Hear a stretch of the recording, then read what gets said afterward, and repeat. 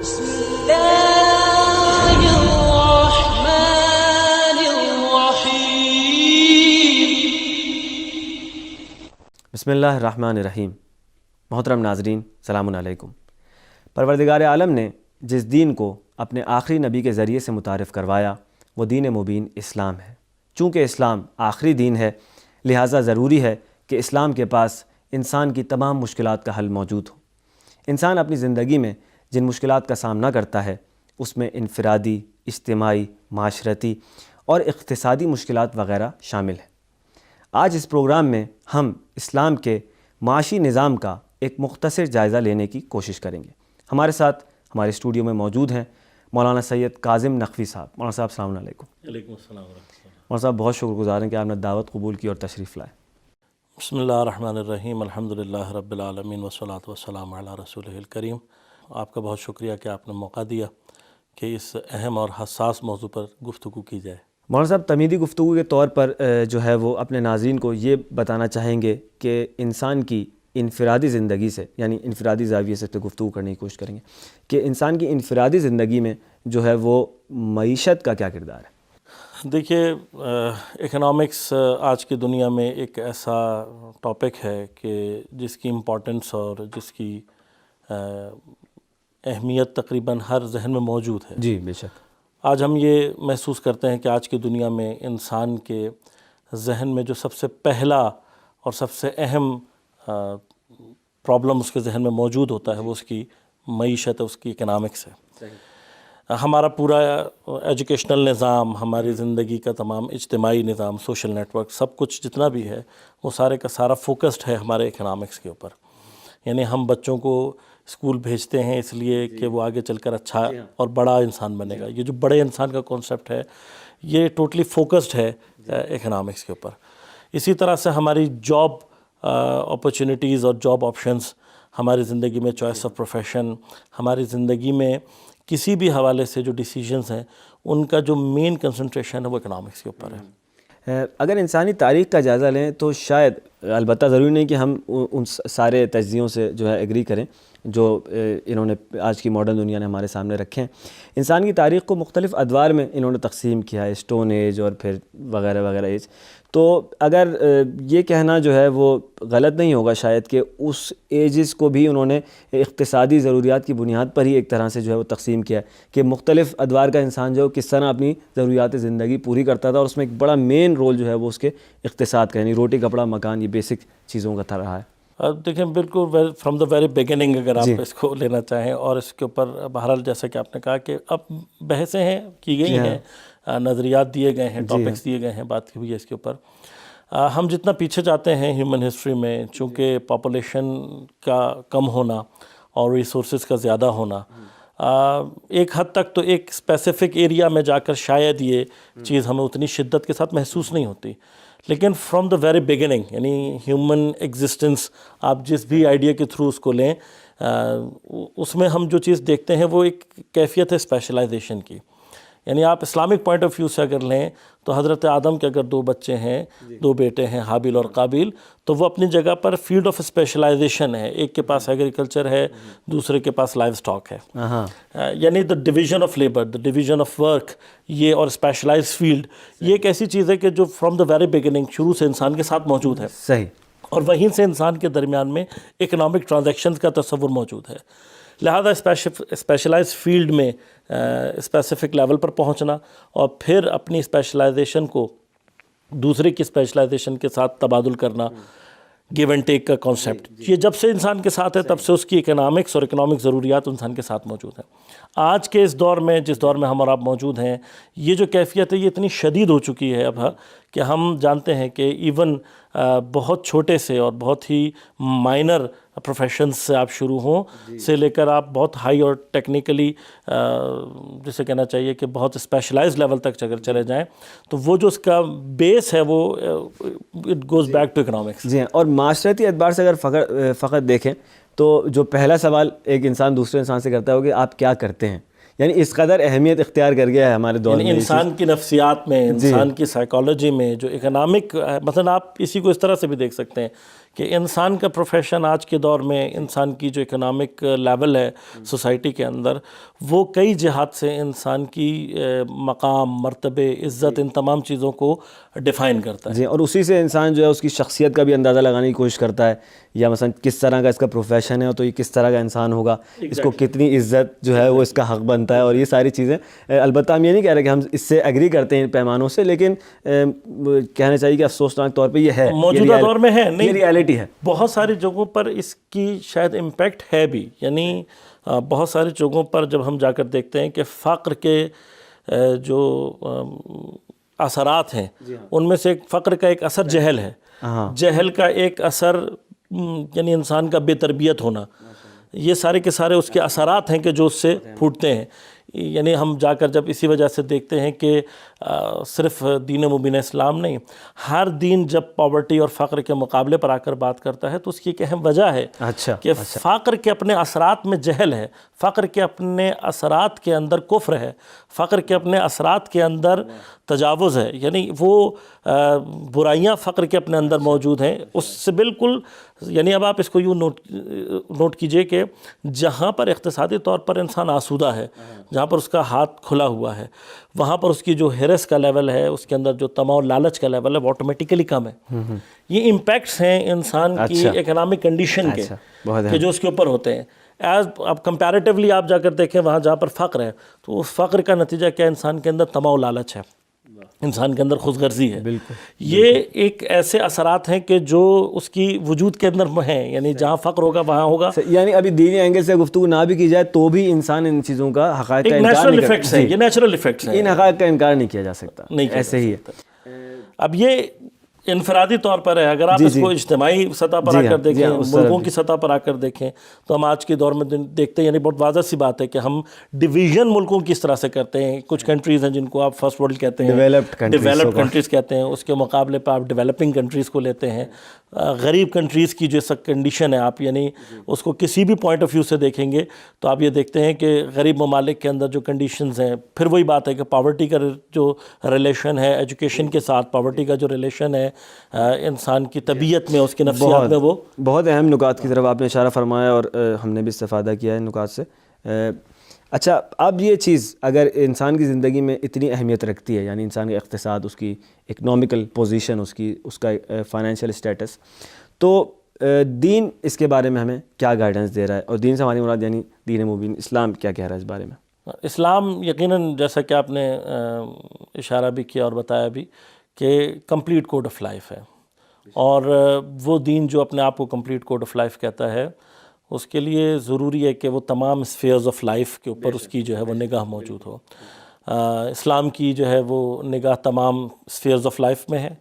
کوئی گوشہ دین نے زندگی کا خالی نہیں چھوڑا جہاں پر اس نے ہدایت نہ کی ہو. بلکہ ہم جب آ کر اکنامکس میں as a student of economics بھی دیکھتے ہیں تو ہمیں نظر آتا ہے کہ ایز اے سسٹم اسلام نے وہ گائیڈنس دی ہے جو ہمیں بہت سارے دیگر سسٹمز میں نظر نہیں آتی.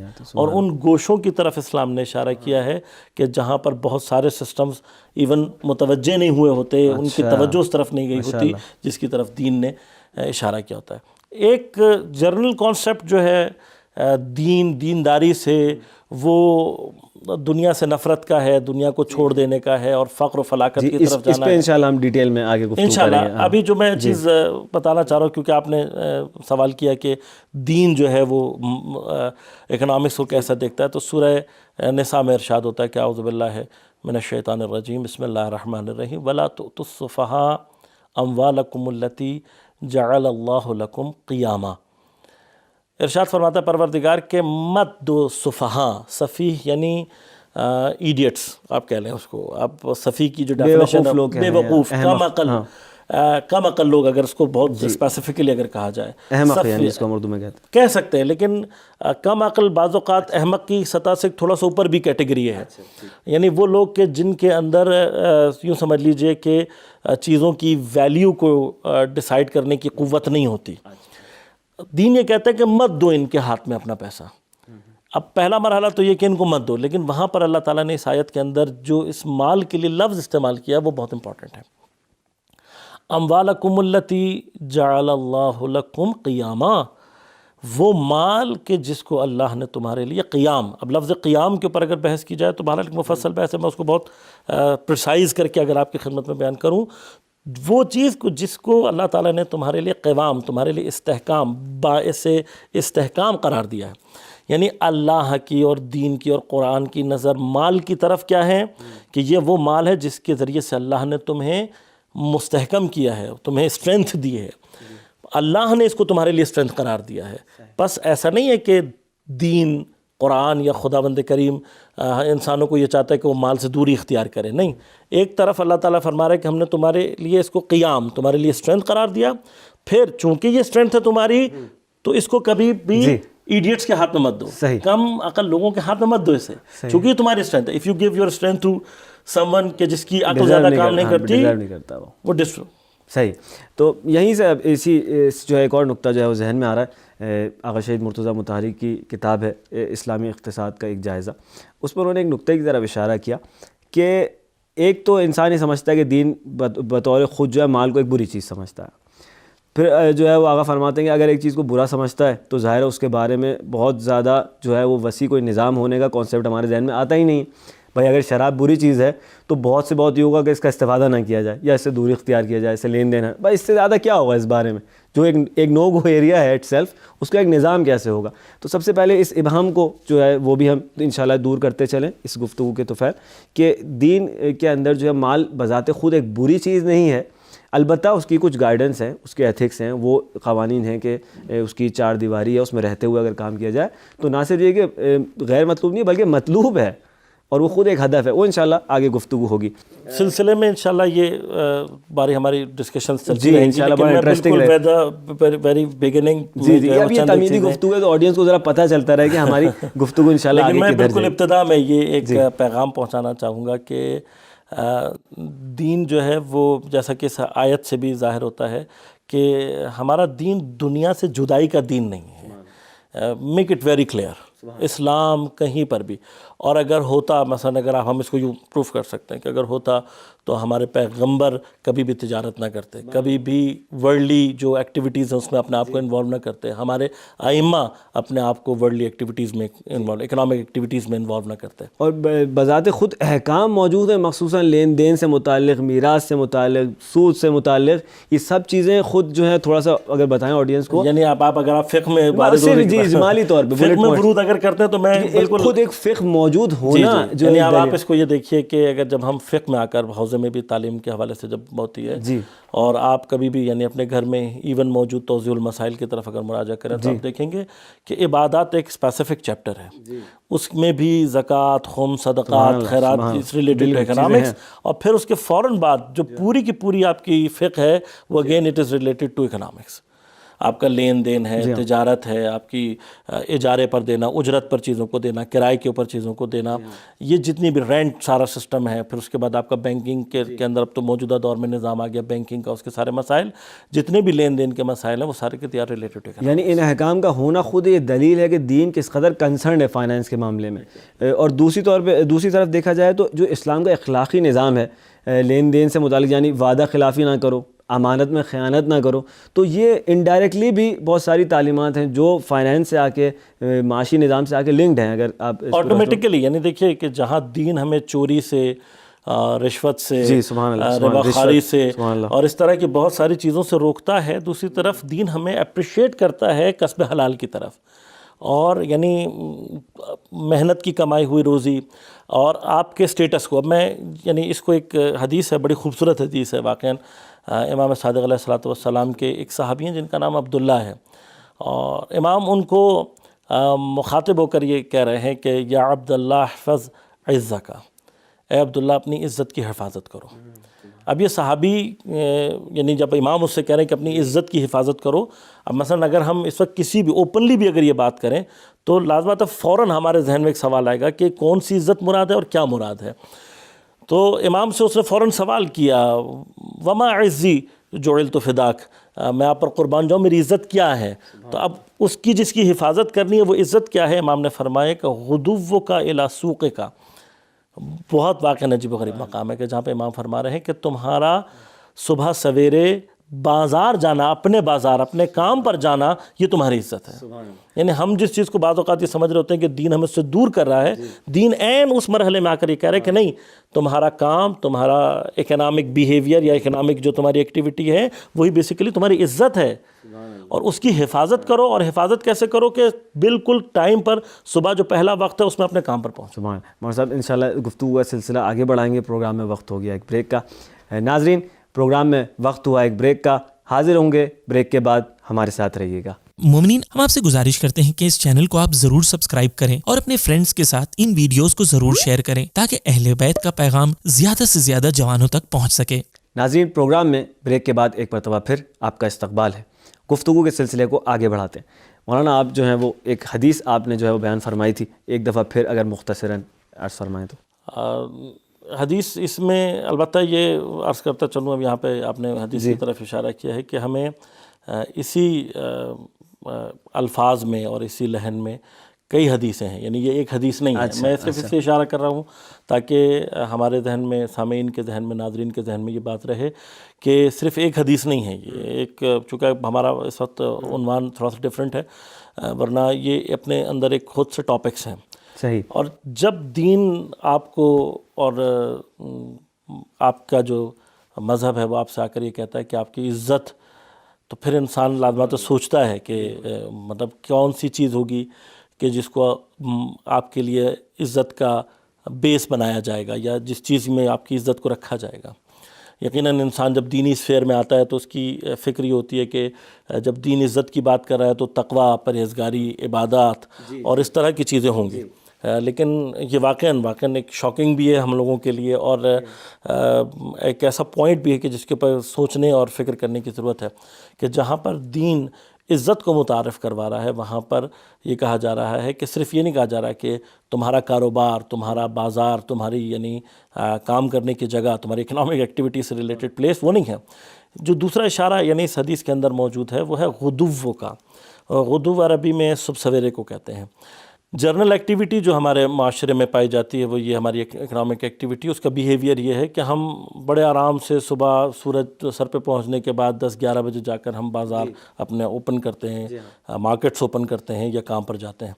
لیکن چائنیز میں جو بیہیویئر پایا جاتا ہے اس میں اگر آپ دیکھیں کہ جو اس وقت اکنامک ورلڈ میں بڑی تیزی کے ساتھ گرو کر رہے ہیں، اور ایک یعنی اقتصادی دنیا میں جو ہے اس وقت ایک ایمرجنگ پاور ہی نہیں ہے بلکہ ایک ایمرجڈ پاور ہے، یعنی ایک وہ پاور ہے جس نے اپنے آپ کو منوا لیا ہے اس وقت دنیا میں. یعنی آپ کسی بھی چیز کو اٹھائیں تو میڈ ان چائنا آپ کا استقبال کر رہا ہوگا. ملیشیا جانے کا اتفاق ہوا تو وہاں دوستوں نے مجھے یہ بات بتائی، کیونکہ ملیشیا میں مختلف نیشنلٹیز کے لوگ ہیں، مسلمز بھی ہیں وہاں پہ، بدھسٹ بھی ہیں، اور بھی نیشنلٹیز وہاں پر رہتی ہیں. تو وہاں انہوں نے مجھے اسپیسیفکلی جس چیز کی طرف اشارہ کروایا اور میں نے اس کو دیکھا بھی کہ وہاں پر چائنیز بالکل صبح سویرے یعنی ارلی ان دا مارننگ اپنی جو شاپس ہیں اس کو کھول دیتے ہیں، اور بہت یعنی رات دیر تک نہیں رہتے، یعنی شام میں بھی بہت جلدی وہ اپنی دکانیں بند کر لیتے ہیں. یعنی ان کا جو ارننگ ٹائم پیریڈ ہے وہ صبح میں ہے، دن کی روشنی میں ہے. اب اس کی طرف احادیث میں بھی اشارہ ہے، ہمارے پاس اور بھی بہت سارے روایت موجود ہیں کہ جہاں پر یہ کہا گیا ہے کہ دن میں، اور اس کو بعض جگہوں پر پرندوں سے مشابہت بھی دی گئی ہے کہ دیکھو پرندوں کی جو ارننگ ٹائمنگ ہے، اپنا رزق حاصل کرنے کا جو زمان ہے وہ ارلی ان دا مارننگ سے لے کر مغرب تک ہے. چائنیز کو میں نے اس یعنی حدیث پر میں یوں کہوں گا کہ عمل کرتے ہوئے دیکھا، اور آپ اور ہم ان کو اس وقت دنیا میں اکنامکلی جو ہے وہ سب سے زیادہ اسٹرینتھن حالت میں دیکھ رہے ہیں. یعنی اس وقت جو سب سے زیادہ پراسپرس اور اس وقت جو ہے اکنامکلی گروئنگ کمیونٹی ہے دنیا میں وہ چائنیز کمیونٹی ہے. اچھا، ایک اہم نقطہ اور یہ ہے کہ کمیونٹیز کو جو ہے ممالک کے اندر اگر ہم انالائز کرنے کی کوشش کریں تو کچھ کمیونٹیز ہیں جو بہت سارے ممالک میں میجورٹی کی شکل میں نہیں ہیں، یعنی مائنورٹیز ہیں، لیکن صرف اس لیے کہ وہ ایک اقتصادی قوت ہیں تو ہم نے دیکھا ہے کہ ان کی بھی ایک سیم معاشرے میں موجود ہے اور ان کو پروٹیکشن دی جاتی ہے اور گورنمنٹس کی طرف سے. اس پہ بھی تھوڑا سا واقعاً آپ نے ایک بہت امپورٹنٹ نقطے کی طرف اشارہ کیا ہے، کس قدر ضروری ہے، یعنی نمبر میں زیادہ ہونا ضروری نہیں ہے. امپورٹنٹ، بالکل ایگزیکٹلی. یعنی اس وقت آپ دیکھیں گے تو رولنگ جو دنیا میں آپ کو کمیونٹیز ملیں گی وہ آپ کو اکنامکلی پاورفل ملیں گی. ہمارے ہاں دین جو ہم سے جس چیز کی طرف ہمیں لے جانے کی کوشش کرتا ہے اور جس چیز کی طرف ہمیں چاہتا ہے کہ اب جیسے میں نے عرض کیا آپ کی خدمت میں کہ سورہ النساء میں اللہ تعالیٰ کیا کہہ رہا ہے، اموال تمہارے لیے اللہ نے قیام سبحان اللہ، تمہاری اسٹرینتھ بنایا ہے مال کو. سبحان اللہ. اور اس لیے اللہ تعالیٰ تاکید کر رہا ہے وہاں پر کہ وَلَا تُؤْتُوا السُّفَہَاءَ، اپنے مال کو سفہاء کے حوالے مت کرو. یعنی ایون اگر خود ایک شخص اس کے اندر یہ کیپیبلٹی نہیں ہے کہ وہ مال کو اس کے بہترین طریقے سے استعمال کرے. دیکھیے ایک نہیں، دوسری طرف آپ کو یہ اشارہ بھی کرتی ہے کہ مال کو استعمال کرنے کے لیے اس کو دیا جائے جو کہ اس کو بیسٹ طریقے سے استعمال کر سکتا ہو. اسلام نے ایک پورا سسٹم دیا ہے سسٹمیٹیکلی کہ جو انشاءاللہ آگے کے ایپیسوڈز میں ہم اس کو تفصیل میں ڈسکس بھی کریں گے. ہمیں یہ نظر آتا ہے کہ اسلام ہمیں ہمارے مال کو سیو کرنے کی، مال کے حوالے سے ہمارے پر بہت ساری ایسی پابندیاں بھی لگاتا ہے دین. مثلا جہاں پر دین ہم سے یہ کہتا ہے کہ وَلَا تَأْكُلُوا أَمْوَالَكُمْ بِالْبَاطِلِ، باطل طریقے سے لوگوں کا مال مت کھاؤ یا اپنا مال مت کھاؤ. وہیں پر دین ہمیں یہ بھی سمجھاتا ہے کہ تمہارا مال کی حفاظت کرنا تمہارے لیے ضروری ہے. اکنامکلی اگر آپ اسٹرینتھن ہیں تو بہت ساری چیزیں آٹومیٹیکلی آپ کے ہاتھ میں ہیں، ٹھیک ہے نا. اور جس میں سب سے بڑی چیز جس کو امام نے اس حدیث میں بھی اشارہ کیا ہے، آپ باعزت ہیں. یعنی میں اور کسی بھی طرف اگر اشارہ نہ کروں تو آپ یہ دیکھیے گا کہ وہ کمیونٹی کہ جو مائنر ان نمبر ہو لیکن اگر اکنامکلی اسٹرینتھن ہو، اب ہم بہت زیادہ کسی بڑے اس میں نہیں جاتے اور بڑے اسفیئر میں بات کرنی کرتے، لیکن اگر اکنامکلی اسٹیبل ہے، ایٹ لیسٹ اسٹیبل ہے، تو اس کی عزت ہے. صحیح. تو اس کے پاس جو ہے وہ فیسلٹیز ہیں، تو وہ اب صرف اپنے ہی لیے نہیں دوسروں کے لیے بھی فائدہ مند ہے. یعنی اگر کلن اوور آل یعنی اجمالی طور پر اگر دیکھا جائے تو اوور آل اسلام چاہتا ہے کہ اس کے ماننے والے جو ہیں وہ مضبوط اور طاقتور لوگ ہوں. اور طاقت کا ایک بہت اہم جو عنصر ہے، جو ایک بہت اہم پارٹ ہے اس کا، وہ خود اکنامکس اور فائنانس ہے. تو کیسے ہو سکتا ہے کہ اسلام چاہے کہ اس کے ماننے والے فقیر ہوں یا بیچارے ہوں؟ اس کو بھی تھوڑا سا بلکہ یعنی ہم اس کو دیکھتے ہیں دوسری طرف، اسلام بیسیکلی انسانوں کو اس فقر اور بیچارگی سے نکالنے کے لیے. سبحان اللہ. اسلام نے یعنی اسی لیے کنسنٹریشن ہے اسلام کی اس چیز کے اوپر. اب احادیث میں وہ مقام جہاں پر آ کر دین آ کر یہ کہتا ہے کہ عبادت کے اگر 10 حصے ہیں تو 9 حصے کسب حلال میں ہیں. سبحان اللہ. بہت اہم حدیث. یا وہ حدیث جو کہتی ہے کہ الکاسب حبیب اللہ، محنت کرنے والا، روزی کمانے والا، محنت کرنے والا اللہ کا دوست ہے. یہ جو سارے اشارے کیے گئے ہیں روایات میں، یہ اسی لیے ہے تاکہ مومنین کو یہ بات سمجھ میں آئے کہ یہ دنیا، دیکھیں جس چیز سے دین ہمیں روکتا ہے اور منع کرتا ہے وہ یہ کیفیت ہے کہ ہمارے اندر حب دنیا پیدا نہ ہو، حب مال پیدا نہ ہو، اور ایسا حب دنیا، ایسا حب مال کہ جو انسان کو اللہ سے دور کر دے. سبحان اللہ. یہی نقطہ اصل میں بہت اہم ہے کہ اس کو سمجھے انسان. اب اسی لیے دیکھیے عین اس جگہ پر جہاں پر مال عزت کا باعث بن رہا ہے، جہاں پر مال کو قیام اور اسٹرینتھ کہا جا رہا ہے، وہیں پر آپ آ کر دیکھیے کہ جہاں کہیں اللہ تعالیٰ نے زکوٰۃ کا ذکر کیا ہے وہیں پر انسان کی تطہیر کا ذکر آیا ہے.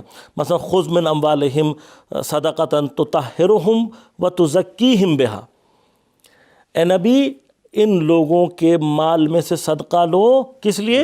تطہرہم، تاکہ تم انہیں پاک کر سکو، وتزکیہم، اور تم ان کا تزکیہ کر سکو. یعنی مال، صدقہ نکالنا، زکوٰۃ دینا، یعنی وہی اکنامک اسٹرینتھ آپ کو آٹومیٹیکلی ایک سٹیپ پہ کیا کرے گی، باعث بنے گی آپ کی تطہیر کا اور آپ کے تزکیے کا. یعنی مال کی جو کنڈیشن ہے دین میں بڑی زبردست ہے. ایک طرف سے دین آپ کو تشویق کرتا ہے، شوق دلاتا ہے کہ آپ کمائیں. اچھا یہ کمانا کس چیز کا فائدہ دے گا آپ کو؟ ابھی ہم بہت سارے دوسرے فائدوں کو چھوڑ دیتے ہیں. ایٹ دا سیم پلیس جہاں پر آ کر آپ اسی مال میں سے جو آپ نے کمایا ہے آپ صدقہ دے رہے ہیں، آپ زکوٰۃ نکال رہے ہیں، آپ کا تزکیہ ہو رہا ہے، آپ معنوی طور پر ترقی کر رہے ہیں.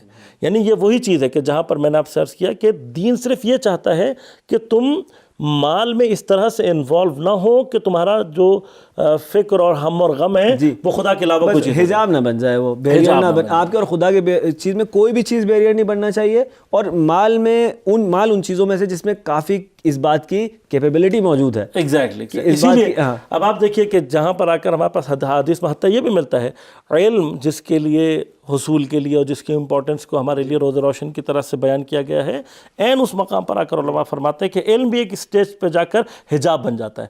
اب وہ حجاب جو کہ اللہ کے درمیان میں آ رہا ہے، اگر وہ علم بھی ہو تب بھی وہ دین اسے منع کرتا ہے. اسی طرح سے دین مال سے منع نہیں کرتا، اس مال کی اس محبت سے کرتا ہے جو کہ انسان اور اللہ کے درمیان میں حجاب کریٹ وہ ایک حدیث جو ہے سرکار کی میرے ذہن میں آ رہی، جس میں انہوں نے فرمایا کہ کشتی اور پانی والی، اگر اس طرف آپ مثال دیں کہ پانی جو ہے وہ جب تک کشتی کے اندر نہیں آتا وہ مدد بھی کرتا ہے پہنچنے کے لیے، وہ اگر وہ اپنی جگہ پر ہے. میں بالکل ایک امپورٹنٹ چیز کی طرف آپ کو اس میں اشارہ کروں کہ اسی آیت کو جس کو میں نے سورہ النساء کی آپ کی خدمت میں عرض کیا، علامہ طباطبائی اس کے پر بڑی خوبصورت گفتگو فرماتے ہیں، اور آپ فرماتے ہیں کہ کسی بھی جامع بشری یعنی کسی بھی ہیومن سوسائٹی کے لیے اس کی جو اقتصاد ہے وہ سب سے زیادہ امپورٹنٹ ہے. اس قوم کو اسٹرینتھ دینے کے لیے، اس کو محکم کرنے کے لیے اس کا اقتصاد امپورٹنٹ. یعنی یہ جو اللہ تعالیٰ کہہ رہے ہیں قیام، یہ اس لیے ہے کہ کسی بھی قوم کو اس کا جو موسٹ اسٹرینتھ کرنے والا ستون ہے وہ اس کی اکنامک کنڈیشنز ہیں. پھر آپ فرماتے ہیں کہ جتنی بھی پرابلمز ہیں، جتنے بھی گناہ ہیں، کرائمز ہیں، جنایات ہیں، تجاوزات ہیں، مظالم ہیں، اگر آپ ان کے اوپر کبھی اس کی اسٹیٹسٹکس لیں تو علامہ فرماتے ہیں کہ ان کا آپ کو جو ریشہ ہے، اس کا جو جڑ ہے، وہ آپ کو ملے گی 2 چیزوں میں. وہ بڑی عجیب و غریب مقام ہے جس کو علامہ بیان کروا رہے ہیں. فرماتے ہیں کہ ایک ملے گا آپ کو فقر میں. اچھا، فقر سے ڈیٹیل میں تو انشاءاللہ آگے گفتگو آئے گی، لیکن میں یہاں پہ اشارہ کر دوں کہ فقر سے مراد فقر شدید ہے.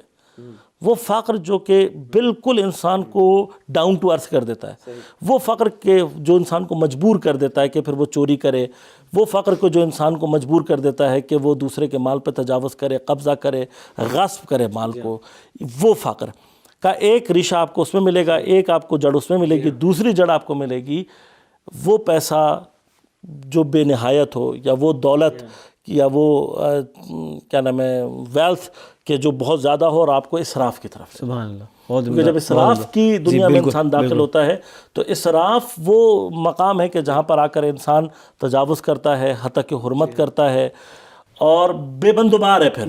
اور یہ بے بندوباری جو ہے وہ اس کو سوائے اور یعنی برائیوں، گناہوں اور جرائم کے کسی اور طرف نہیں. وہی جیسے ہم کہہ رہے تھے کہ اسلام نے کچھ قوانین بھی بیان فرمائے ہیں، اس کے ایتھکس، اس کے اخلاق بیان فرمایا ہے کہ اس کو جو ہے معاشی نظام کا اخلاق کیا ہے. خود یہ جو آپ نے اشارہ فرمایا زکوٰۃ اور خمس کی طرف، ابھی یہ خود ایک جو ہے وہ اہم جو ہے ہمارے لیے جو ہے ایسا موڑ ہے جس پہ ہمیں سوچنا چاہیے کہ اسپاٹ ہے کہ کسی بھی نظام حکومت کو چلانے کے لیے جو ہے وہ ٹیکسیشن کا سسٹم بہت ضروری ہے. اس پہ انشاءاللہ آپ جو ہے مزید گفتگو فرمائیں گے. تو یقیناً اسلام کا ٹیکسیشن سسٹم جو ہے وہ اسلام نے اپنی مدد کے لیے اور اپنی معاشی مدد کے لیے اس کو ڈیزائن کیا جا رہا ہے. اس کی بیس ہے ہر انسان کو دینا ہے. تو لازمی سی بات ہے کہ جب تک لوگوں میں سکت نہیں ہوگی زکوٰۃ دینے کی یا خمس دینے کی تو وہ کیسے اسٹرانگ ہوگا. دیکھیے اللہ تعالیٰ انسان کی خلقت کا فلسفہ ارشاد فرماتا ہے کہ هو اللہ الذی خلق الموت والحیات لیبلوکم ایکم احسن عملا. وہ ذات جس نے موت اور حیات کو خلق کیا کس لیے؟ تاکہ تمہیں آزما سکے کہ تم میں سے بہترین عمل کرنے والا کون ہے. یہ جو بہترین عمل ہے اس کو اللہ تعالیٰ رزق دے کر بھی کرتا ہے اور رزق لے کر بھی کرتا ہے. جس کو رزق دے کر کرتا ہے اللہ تعالیٰ نے اس کی ذمہ داریاں بنائی ہیں کہ جو انشاءاللہ ہم تفصیل سے بیان کریں گے. ان ذمہ داریوں میں سے ایک ذمہ داری کیا ہے؟ فی اموالہم حق معلوم للسائل والمحروم. ان کے مال کے اندر ایک حق معلوم ہے سائل کے لیے بھی اور محروم. اور یہیں سے یہ بات ثابت ہو جاتی ہے کہ اسلام یہ چاہتا ہے کہ آپ دینے والے بنیں. یہ کتنا اہم نکتہ ہے کہ اسلام نہیں چاہتا کہ آپ خدا نہ کرے، وہ ظاہر ہے فقیر کا احترام ہے، سب کچھ اپنی جگہ پہ ہے، جو ضرورت مند ہے ہم خدا نہ کرے اس کی تحقیر نہیں کر رہے، لیکن پھر بھی اسلام کیا چاہے گا؟ اگر ایک کامن سینسیکل سوال انسان کرے کہ کوئی بھی دین کیا چاہے گا کہ آپ لینے والوں میں سے ہوں یا دینے والوں میں سے ہوں، تو دین کا جواب کیا ہے اس بارے میں؟ دین یقیناً یعنی آپ اگر ابتدا سے آخر تک دین کو دیکھیں گے تو دین نے ہمیشہ اپر ہینڈ کو پسند کیا. سبحان اللہ. دینے والے ہاتھ کو پسند کیا، لینے والے ہاتھ سے. گداگری کی مذمت کی گئی ہے، کام چوری سے روکا گیا ہے. یہ سارے کے سارے دین کے اندر، جیسا ہم نے اسی حدیث میں بیان کیا کہ امام فرما رہے تمہاری عزت کیا ہے؟ کام پر جانا. سبحان اللہ. ارلی ان دا مارننگ پہنچنا، سر وقت کام پر پہنچنا، یعنی دا میکسیمم ٹائم آپ اپنے ایکٹیویٹی کو دے رہے ہو وہ آپ کے لیے باعث عزت بن رہا ہے. مولوی صاحب بہت ہی لطف آ رہا تھا اور دل چاہ رہا تھا کہ گفتگو کا سلسلہ جاری رہے، لیکن ہمارے پروگرام کا وقت اپنے اختتام کو پہنچا. انشاءاللہ گفتگو کے سلسلے کو آگے بڑھائیں گے اگلی قسط میں. ناظرین، پروگرام کا وقت اپنے اختتام کو پہنچا. حاضر ہوں گے ایک نئے ایپیسوڈ کے ساتھ، ہمارے ساتھ رہیے گا.